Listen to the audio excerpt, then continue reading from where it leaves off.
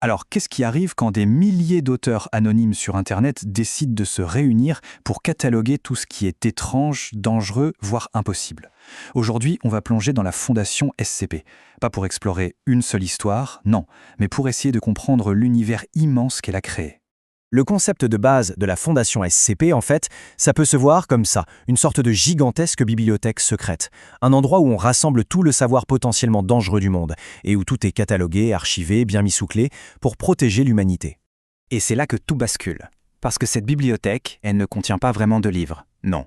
Elle contient ce qu'on appelle des anomalies, c'est-à-dire des créatures, des lieux, ou même des concepts qui défient complètement les lois de la nature. Et la mission de la fondation, elle est dans son nom. Sécuriser, contenir, protéger.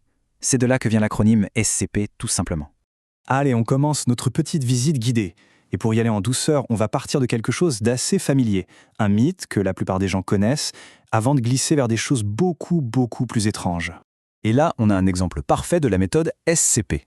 D'un côté, on prend une créature du folklore super connue, Bigfoot, cataloguée sous le numéro SCP-2000, très bien, mais juste à côté, dans le même catalogue, on tombe sur SCP-1282, les lapins-garous inversés.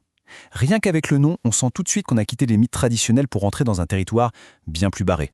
On continue, on passe à la salle suivante. Ici, la bibliothèque ne catalogue plus des monstres mais des objets. Des trucs qui ont l'air tout à fait banals à première vue, mais qui, bien sûr, cachent des propriétés assez inattendues. Alors, dans le catalogue, on trouve des objets qui, franchement, n'ont l'air de rien. Par exemple, un simple canard en plastique.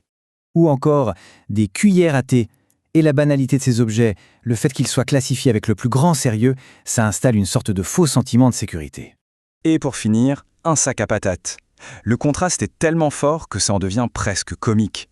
On se laisse bercer par cette illusion, on se dit « Ok, j'ai compris le jeu », jusqu'à ce que le sol se dérobe sous nos pieds.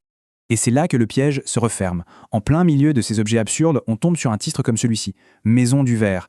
Et là, d'un coup, le ton change radicalement. Cette rupture brutale, elle nous rappelle que dans cet univers, le danger peut se cacher derrière l'apparence la plus banale et la plus inoffensive. Maintenant, on entre dans la section la plus déroutante de la bibliothèque. Ici, ce ne sont plus des créatures ou des objets qui sont confinés, mais des idées, des concepts abstraits qui peuvent être tout aussi dangereux, si ce n'est plus. On appelle ça un risque conceptuel. En gros, c'est une idée qui, une fois qu'elle est dans notre tête, peut littéralement changer la réalité, ou nous changer nous-mêmes. Et ça, c'est vraiment l'un des aspects les plus créatifs et les plus stimulants de l'univers SCP. Et la diversité de ces concepts est juste vertigineuse.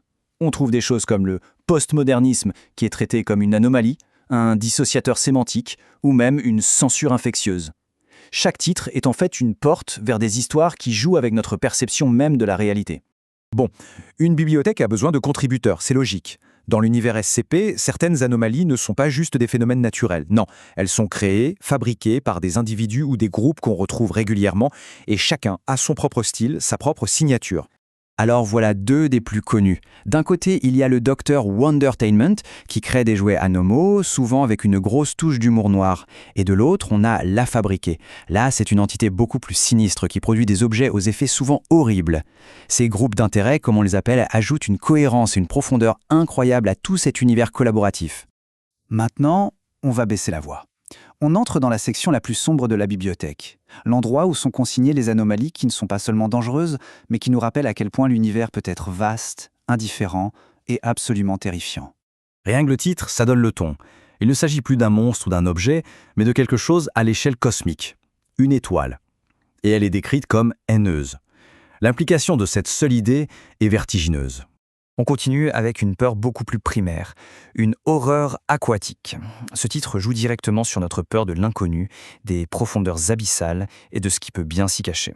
Et on termine cette section avec l'un des récits les plus longs et les plus célèbres de la Fondation. Le titre, c'est juste une question. Une question qui suggère une catastrophe d'une ampleur inimaginable. Une histoire entière est contenue dans cette simple interrogation. Une histoire d'horreur, de sacrifice et de monde qui s'effondre. Bon, reprenons un peu notre souffle. Après avoir visité ces quelques salles, il est temps de prendre du recul et de regarder la bibliothèque dans son ensemble. Parce que le point le plus crucial, c'est que cette bibliothèque, d'une certaine manière, elle est bien réelle. La Fondation SCP n'est pas l'offre d'une seule personne. C'est un projet d'écriture collaborative, une création collective où des milliers de personnes, de façon anonyme, ajoutent leurs propres livres à la bibliothèque. Ils enrichissent constamment ce monde partagé. Et les quelques exemples qu'on a vus aujourd'hui ne sont vraiment qu'une infime partie de ce qui existe.